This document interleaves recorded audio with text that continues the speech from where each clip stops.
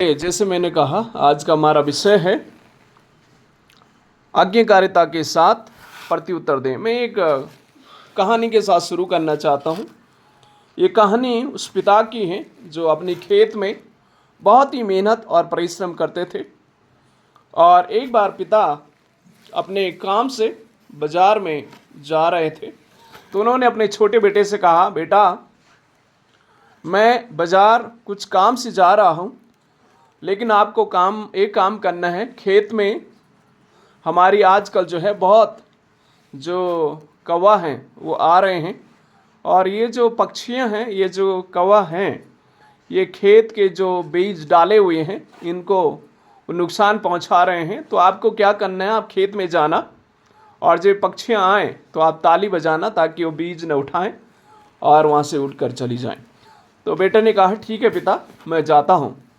और पिता बाजार जाता है और बेटा खेत में जाता है। और उस बालक ने जब वो खेत में गया तो उसने देखा कि काफ़ी पक्षियां जो है बीज खेत से चुंगने के लिए और खाने के लिए आ रही हैं। तो जैसे पिता ने कहा था, इस बालक ने ताली बजाना शुरू किया, और ताली जैसे बजाएं तो चिड़ियां जो है वो खेत से उड़ करके चली गईं।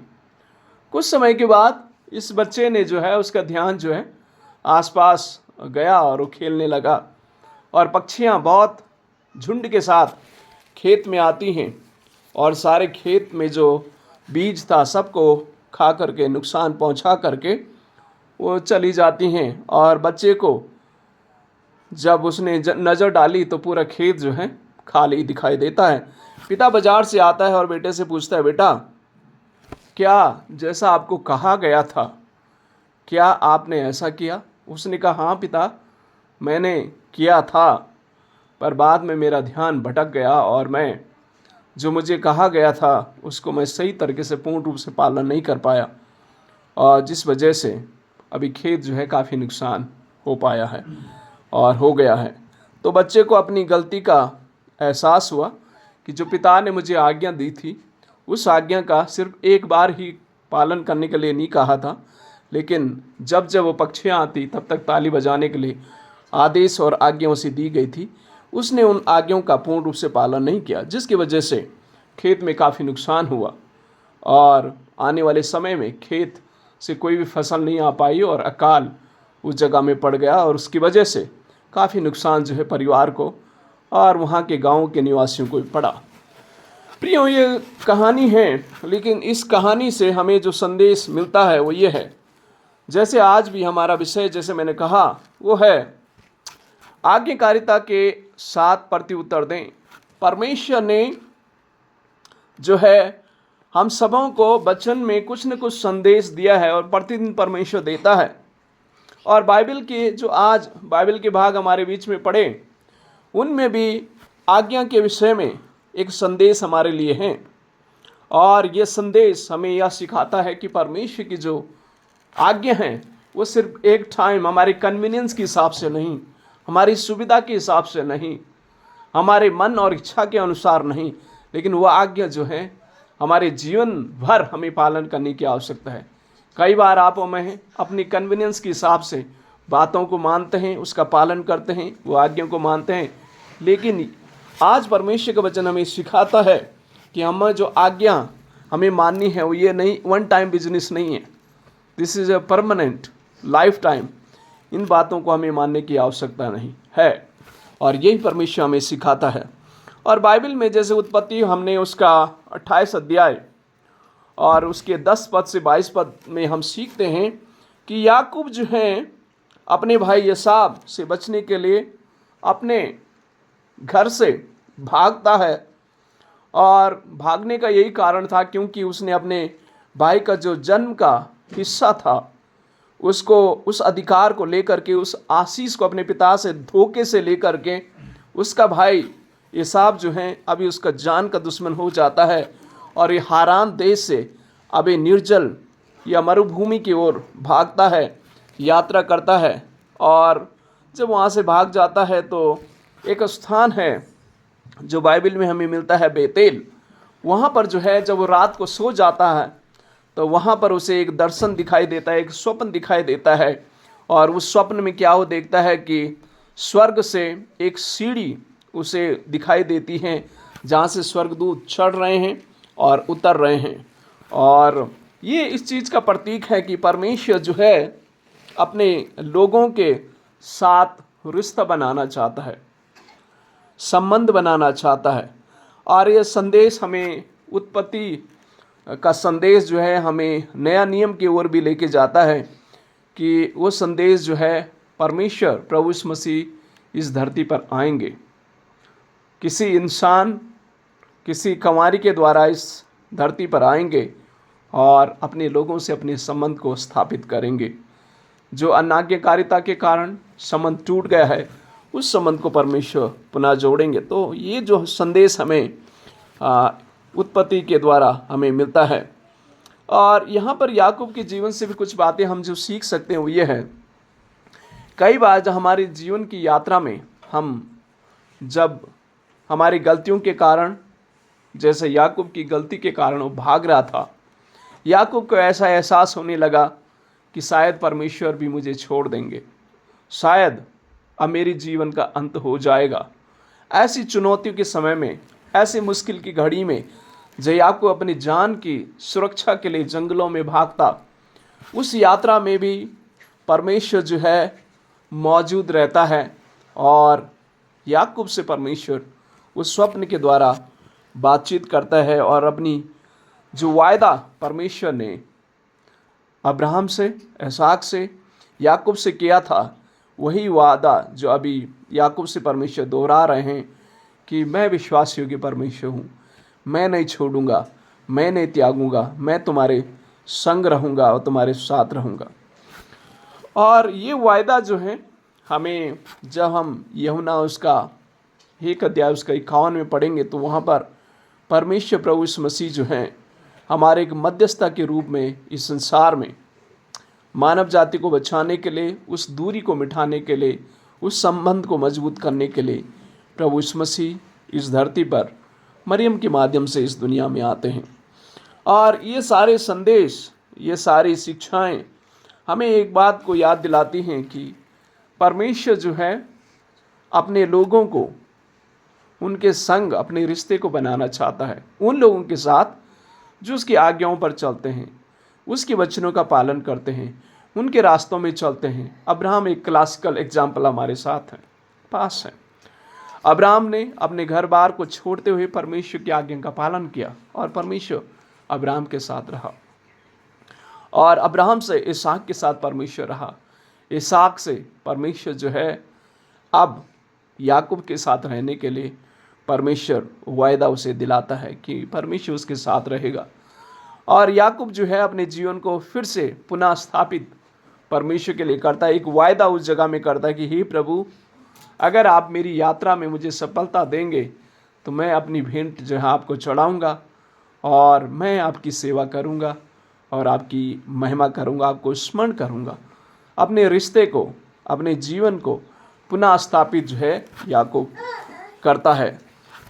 तो आप और मैं जीवन में हमारे कई बार उतार चढ़ाव आ सकते हैं, हमारे जीवन में कई बार उतार चढ़ाव आ सकते हैं, लेकिन उस उतार चढ़ाव में एक चीज़ याद रखें, जब आपको एहसास हो, परमेश्वर वचन के द्वारा, परमेश्वर के दासों के द्वारा आपको याद दिलाएं कि ये आप गलती कर रहे हैं, ये गलत राह में आप जा रहे हैं, अपने आप को दीन करें, नम्र करें और परमेश्वर के सामने पुनः अपने आप को स्थापित करें। और याकूब ने ऐसा किया, उसे एहसास हुआ परमेश्वर की उपस्थिति को, उसने गलती की थी, उस गलती का उसे एहसास हुआ और याकूब ने पुनः अपने आप को परमेश्वर के हाथों में सौंपा। और जब याकूब ने अपने आप को परमेश्वर के हाथों में सौंपा, आगे उस कहानी में हमें सीखने को मिलता है कि याकूब के साथ परमेश्वर की उपस्थिति रहती है और परमेश्वर याकूब को उसके ससुर के यहाँ उसे सफल करता है। उसकी जो गाय भैंस बकरियों की देख रेख करता है, उसमें परमेश्वर उसे सफलता देता है और याकूब जो है सफल हो जाता है और आशीषित हो जाता है और उसके द्वारा उसका ससुर जो भी है वो भी आशीषित हो जाता है। तो जब आप मैं अपने आप को पुनः परमेश्वर के हाथों में सौंप देते हैं, परमेश्वर हमें आशीष देते हैं और हमारे द्वारा दूसरे लोग भी आशीषित हो जाते हैं। वो याकूब के जीवन से हमें मिलता है। जब जीवन में गलतियां हो जाएं, जीवन में हम असफल हो जाएं, पुनः परमेश्वर के सामने अपने आप को समर्पित करें और प्रभु से कहें, हे प्रभु हमें क्षमा करें, और फिर पुनः परमेश्वर हमें अपनी महिमा के लिए इस्तेमाल कर सकता है और उसके राहों में चलने के लिए परमेश्वर से पुनः सामर्थ्य और शक्ति मांगे। ओके, इसमें ज़्यादा भागों में न फोकस करते हुए मैं आपके ध्यान को आज सुसमाचार के पाठ की ओर लेके आना चाहता हूँ। सुसमाचार के पाठ में लूका उसका 1 अध्याय उसके 26 पद से 38 पद जो आज हमें सीखने को मिलता है, वो संदेश जो है मरियम के जीवन से हमें सीखने को मिलता है कि कैसे मरियम ने जो है परमेश्वर की आज्ञा का प्रत्युत्तर दिया। और आज का शीर्षक भी हमारा यही है, आज्ञाकारिता के साथ प्रत्युत्तर दें, रिस्पॉन्ड टू ओबीडियंस। और यही जो भाग है इसमें हम कुछ समय परमेश्वर के वचन से सीखेंगे। और अगर इसका ऐतिहासिक पृष्ठभूमि देखा जाए तो हमें मालूम है कि यहाँ पर जो है स्वर्गदूत जो है मरियम के पास आता है, और जिब्राइल स्वर्गदूत मरियम के पास जब आता है तो एक संदेश लेके आता है और कहता है कि हे मरियम, तू गर्भवती होगी और तेरा एक पुत्र उत्पन्न होगा। और ये जो घटना है एक गलील के एक छोटे से गांव में होता है, और उस गांव का नाम था नासरत।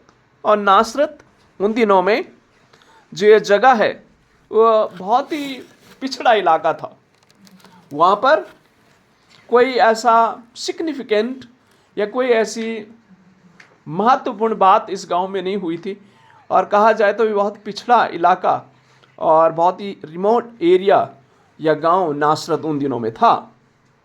लेकिन देखिए इस नासरत गांव में भी परमेश्वर जो है अपने आप को, जो मरियम नासरत की थी उसके यहाँ, मरियम के यहाँ उस गांव में प्रभु यीशु मसीह मरियम को चुनता है। और एक साधारण लड़की, एक बहुत ही साधारण युवती या कन्या उस समय ये थी, और परमेश्वर ने इस लड़की को, इस कन्या को, इस कुंवारी को, एक जो साधारण गांव की निवासी थी, साधारण लड़की थी, परमेश्वर ने इसको अपने कार्य के लिए जो है परमेश्वर मरियम को इस्तेमाल करता है। और वहाँ की व्यवस्था के अनुसार, यहूदियों के कानून के अनुसार, एक लड़की या कन्या को शादी से पहले गर्भ को धारण करना वहाँ के कानून और व्यवस्था के अनुसार बहुत ही एक घिनौनी बात थी। और वहाँ की व्यवस्था के अनुसार पत्थरबाह करके इसको सजा और मौत देने का कानून था। ऐसे समय में भी जब मरियम को मालूम है कि ये कड़ा कानून उनके देश में, उनके समाज में इस प्रकार का कानून है, ये उनको मालूम होने के बावजूद भी मरियम जो है इस अभिवादन को या इस बुलाहट को या उस संदेश को स्वीकार करने के लिए अपने आप को जो है समर्पित कर देती हैं। स्वर्गदूत जैसे उसे कहता है कि तू गर्भवती होगी और तेरा एक पुत्र उत्पन्न होगा, मरियम जो है अपना प्रत्युत्तर बहुत ही साधारण शब्दों में उसको देती है। वचन 37 में लिखा है, क्योंकि जो वचन मरियम 38 में, मरियम ने कहा, देख मैं प्रभु की दासी हूँ, मुझे तेरे वचन के अनुसार हो। तब स्वर्गदूत उसके पास से चला गया। इतनी आज्ञाकारिता, इतनी दीनता जो है मरियम के जीवन में थी कि वो, उसको मालूम है कि ये जो व्यवस्था के अनुसार ये बहुत ही एक खतरनाक संदेश मेरे लिए है, और इससे मुझे जो है काफ़ी नुकसान होगा। ये होने के बावजूद में जो है मरियम जो है इस संदेश को स्वीकार करती हैं और परमेश्वर के वचन को स्वीकार करती हैं। और मैं ये यकीन मानता हूँ कि मरियम जो है पहले से परमेश्वर से तैयार कर रहा था जो मंदिर में थी। और मरियम ने बहुत बार यशायाह की पुस्तक उसका 7 अध्याय 14 वचन से सुना होगा कि एक कुंवारी जो है गर्भवती होगी। ये वचन उसने जरूर सुना होगा। मीका में भी ये संदेश है कि एक कुंवारी गर्भवती होगी। और जिब्राइल स्वर्गदूत का जो संदेश मरियम के पास आया होगा, मरियम ने उस वचन को स्मरण किया और उस वचन ने मरियम से बातचीत किया और मरियम ने उस चीज़ को स्वीकार किया कि हे प्रभु, तेरे वचन में ऑलरेडी ये लिखा है, एक हमारी गर्भवती होगी और मैं सौभाग्य है ये मेरा कि मैं उस संदेश को और उस बात को, उस वायदे को जो परमेश्वर के वचन में लिखा है, उस वायदे को अपने जीवन में स्वीकार करूं और परमेश्वर आप मुझे निश्चित आशीषित देंगे। ये उस विश्वास के आधार पर उसने परमेश्वर के वचन को स्वीकार किया और उस बात का आज्ञा का पालन किया और उसी के द्वारा जो है प्रभु यीशु मसीह इस संसार में मनुष्य के रूप में इस संसार में आते हैं। तो आज आपके लिए मेरे लिए संदेश क्या है? पहला संदेश आपके लिए मेरे लिए है, परमेश्वर की योजनाएं हम मनुष्यों के लिए जो है हमारे समझ से परे हैं। मरियम ने इस बात को समझ नहीं पाई, उस समय भी इतनी गहराई को शायद समझ नहीं पाई होगी, लेकिन परमेश्वर की जो योजना मरियम के लिए थी वो उसकी समझ से परे थी। सवाल उसके मन में बहुत होंगे कि कैसे मैं गर्भ को धारण कर पाऊंगी बिना पुरुष के संबंध से। उसके मन में वो सवाल होगा, क्योंकि पहले कभी उसने न इतिहास में ये बातें घटी थी न हुई थी, सिर्फ वो कही गई थी। कैसे होगा? उसके मन में बहुत सारे सवाल होंगे, बहुत सारे उसके मन में विचार चल रहे होंगे, लेकिन उस बात को उस समय समझ नहीं पाई। पर मरियम एक बात को तो समझ पाई कि परमेश्वर की जो योजना है वो मेरी समझ से परे हैं और उस योजना को परमेश्वर अपने समय के अनुसार पूरी करेंगे। और मेरे प्रियो, परमेश्वर ने उसको पूरा भी किया। जब आप हमें परमेश्वर की आज्ञा को मानते हैं, परमेश्वर के वचन के ऊपर चलते हैं, उस पर मनन करते हैं, उसका आदेश का पालन करते हैं, कई बार आपको मुझे सारी बातें समझ नहीं आएंगी, आप हमें सब बातों को समझ नहीं पाएंगे, लेकिन एक चीज़ सीखना हमारे लिए बहुत ज़रूरी है। सुबह के समय में अपने आप को दीन करें, अपने आप को नम्र करें और परमेश्वर के वचनों का पालन करें, परमेश्वर के दासों के द्वारा कही गई बातों का पालन करें। जब आप हमें ऐसा करते हैं तो परमेश्वर की जो योजनाएं जो हम समझ नहीं पाते हैं, समय के अनुसार परमेश्वर समझाएगा और हमारी मदद और हमारी सहायता भी करेगा। और ये हम मरियम के जीवन से सीखते हैं और इस संदेश हम सीखते हैं। जब आज्ञा का पालन करते हैं, सब बातें हमें समझ नहीं आएंगी, लेकिन समय के अनुसार परमेश्वर हमें समझने के लिए मदद और सहायता करेंगे। और यही मरियम ने किया। उसको सब बातें समझ नहीं आई। कैसे होगा? मैं तो पुरुष को जानती भी नहीं, ये सब कैसे होगा? समझ नहीं पाई सब बातों को। लेकिन मरियम ने समझ नहीं पाई, लेकिन एक चीज़ उसने किया, अपने आप को समर्पित कर दिया।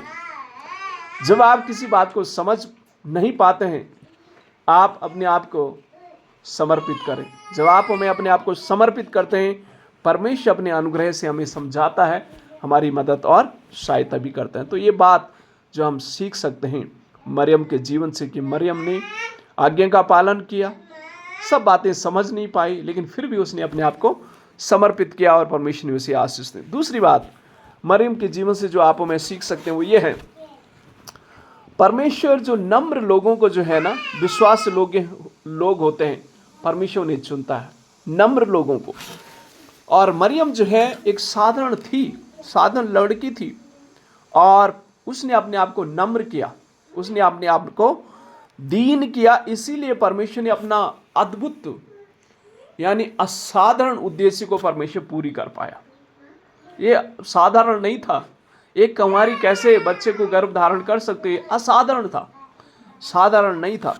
लेकिन मरियम ने अपने आप को समर्पित किया, मरियम ने अपने आप को नम्र किया, और जब उसने अपने आप को नम्र किया तो परमेश्वर ने अपनी अनुग्रह से उसे चुन करके इस्तेमाल किया। अपने आप को मुझे नम्र करने की आवश्यकता है, अपने आप को दीन करने की आवश्यकता है, तभी परमेश्वर हमें इस्तेमाल कर सकता है। मनुष्य होने के नाते कई बार हम अपने लॉजिक को, अपने विजडम को, अपने एक्सपीरियंस को, अपने नॉलेज को इस्तेमाल करते हैं, लेकिन परमेश्वर के कार्य के लिए हमारी विजडम, हमारे नॉलेज, हमारा एक्सपीरियंस, हमारा लॉजिक ये काम नहीं करेगा। जो काम करेगा वो ये है, अपने आप को नम्र करें, परमेश्वर आपको उठाएगा, आपकी महिमा बढ़ाएगा। और मरियम ने अपने आप को जो है नम्र किया, इसीलिए परमेश्वर ने उसे इस्तेमाल किया।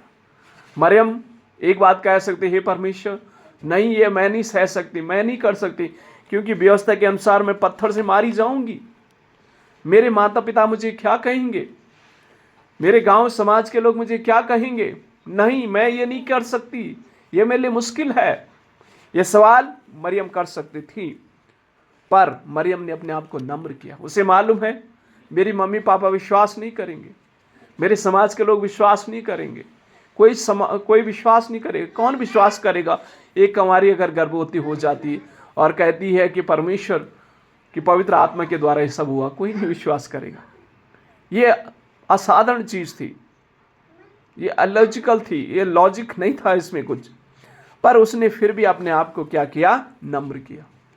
जब आप में अपने आप को नम्र करते हैं, परमेश्वर हमें इस्तेमाल करता है।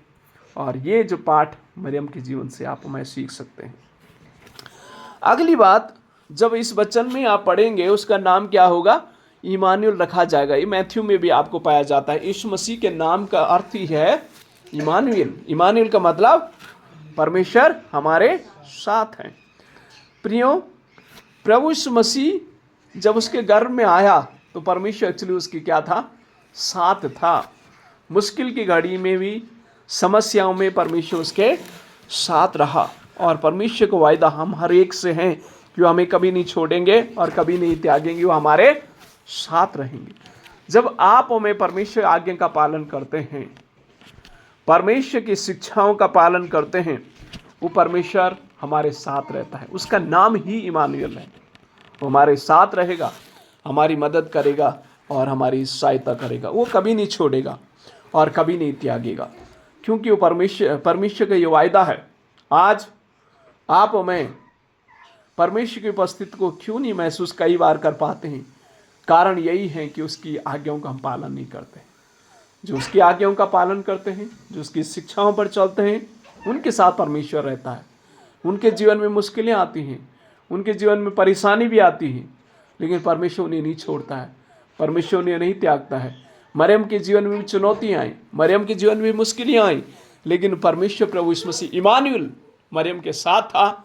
इसलिए वो सारी समस्याओं का, सारी मुश्किलों का, सारी चुनौतियों का सामना कर पाई। और आप और मैं भी इन सारी चुनौतियों का, इन सारी मुश्किलों का सामना कर पाएंगे तब जब परमेश्वर हमारे साथ रहेगा, जब उसकी वचनों का हम पालन करेंगे। और ये पाठ हम मरियम के जीवन से सीख सकते हैं। तो आप हमें अपने जीवन में लागू करें कि परमेश्वर की बातों को हमें क्या करना है? आज्ञा का पालन करना है और उस वचन का विश्वास भी करना है। मरियम ने सिर्फ आज्ञा का पालन नहीं किया, विश्वास भी किया। और आपको मुझे भी विश्वास भी करें और परमेश्वर के वचन का आज्ञा का पालन भी करें। कई बार आप हमें कहते हैं कि हाँ परमेश्वर, जैसे मरियम ने भी कहा, मैं प्रभु की दासी हूँ और तेरे वचन के अनुसार मेरे साथ हूँ। कई बार आप हमें क्या करते हैं? सुनते तो हैं, इसने जिब्राइल की बातें तो सुनी, लेकिन उसका आज्ञा का भी पालन किया। कई बार आप हमें वचन सुनते हैं लेकिन उसका पालन नहीं करते। तो सुनना ही काफ़ी नहीं, उसका पालन करना बहुत ज़रूरी है, उस पर विश्वास करना भी बहुत ज़रूरी। तो अपने व्यवहारिक जीवन में आप क्या कर सकते हैं? परमेश्वर के वचन को सुने और उसका पालन भी करें। सिर्फ परमेश्वर के वचन का ही आज्ञा का पालन नहीं, आपके ऊपर जो लीडर्स हैं, आपके परिवार में या आपके चर्च में जो लीडर हैं, उनकी बातों को सुने, उसका आज्ञा का पालन भी करें। ये व्यवहारिक चीज़ें हैं जो आपको मुझे करने की आवश्यकता है। और कई बार आप में असफल हो जाते हैं, फेल हो जाते हैं। अपने आप को दीन करें, परमेश्वर से कहें, प्रभु मेरे जीवन में मदद करें कि मैं सिर्फ सुनने वाला नहीं लेकिन आज्ञाओं का पालन करने वाला भी बनूं और परमेश्वर आपकी बातों का पालन करने वाला भी बनूं। तो ये चीज़ें जो हैं व्यवहारिक रूप में हम सीख सकते हैं। दूसरी व्यवहारिक रीति से आप क्या मैं सीख सकते हैं? कई बार सब चीज़ें हमें समझ नहीं आएंगी जो हम कर रहे हैं, जो हमें कहा गया करने के लिए, हमें समझ नहीं आएगा। कई बार आपको उसमें कोई लॉजिक नहीं दिखेगा, पर जब आप अपने आप को हम जब अपने आप को क्या करते हैं? दीन करते हैं, नम्र करते हैं, उस बात का पालन करते हैं, समय के अनुसार परमेश्वर हमें सिखाता है और सिखाएगा। और वही मरियम के जीवन से हमें सीखने को मिलता है। मरियम को सब चीज़ें उस समय लॉजिक नहीं लगी, कोई रीजनिंग उसमें नहीं दिखाई दी, कोई उसमें विजडम उसे दिखाई नहीं दी, उसे सब कुछ स्पष्ट उस समय दिखाई नहीं दिया, क्लियरिटी उसे कुछ नहीं दिखाई दी। लेकिन समय के अनुसार मरियम को वो सब क्लियरिटी दिखाई देने लगी और वो खुद आशीषित हुई और उनके द्वारा पूरा संसार आशीषित हुआ। तो सीखने के लिए, व्यवहारिक जीवन में सीखने के लिए क्या है? अपने आप को नम्र करें और सब चीज़ें समझ ना आने से भी अपने आप को दीन करें और वो कार्य करें जो आपको कहा गया है, और परमेश्वर समय के अनुसार वो सब करने के लिए आपकी और मेरी मदद करेगा। और लास्ट अंतिम बात, व्यवहारिक रीति से में आप और मैं क्या सीख सकते हैं, वो ये है, प्रभु यीशु मसीह हमेशा हमारे साथ हैं। उनका नाम ही इमानुएल है। वो हमारे साथ हैं, हमारी मुश्किल की घड़ियों में, हमारी परेशानी की घड़ी में वो हमारे साथ हैं। वो हमें नहीं छोड़ेंगे, नहीं त्यागेंगे और हमेशा हमारे साथ रहेंगे। ये उनका वायदा है और उस वायदे को कभी ना भूलें। तो आज हमने ये सारी व्यवहारिक बातें मरियम के जीवन से और याकूब के जीवन से सीखी हैं। और हमेशा याद रखें, आज्ञाकारिता के साथ जब आप हमें प्रत्युत्तर देंगे, मुश्किलें आएंगी, परेशानी आएंगी, लेकिन परमेश्वर कभी नहीं छोड़ेगा, कभी नहीं त्यागेगा। आप आशीषित होंगे, आपके द्वारा दूसरे भी आशीषित होंगे।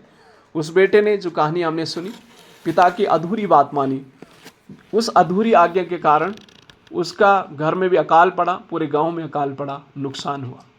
जब आप हमें आज्ञा का पालन करते हैं, मरियम के समान खुद आशीषित होते हैं, दूसरे लोग भी आशीषित होते हैं। तो मरियम का जीवन और चरित्र अपने जीवन में लागू करें और उससे हम सब आशीषित होंगे। और अगर याकूब के समान हमने गलती की है, धोखा दिया है और हमसे गलती हुई है, अपने आप को पुनः परमेश्वर के सामने समर्पित करें और प्रभु से कहें, हे प्रभु, मैं अपने जीवन को फिर से समर्पित करता हूँ। और जब याकूब ने अपने आप को परमेश्वर के साथ सौंप दिया, परमेश्वर ने याकूब को इस्तेमाल किया और याकूब जो है आशीष का एक दाता और सोता बन गया। तो हमें परमेश्वर बदल सकता है। तो इन चरित्रों के द्वारा परमेश्वर हमें आशीष दे। God bless us together.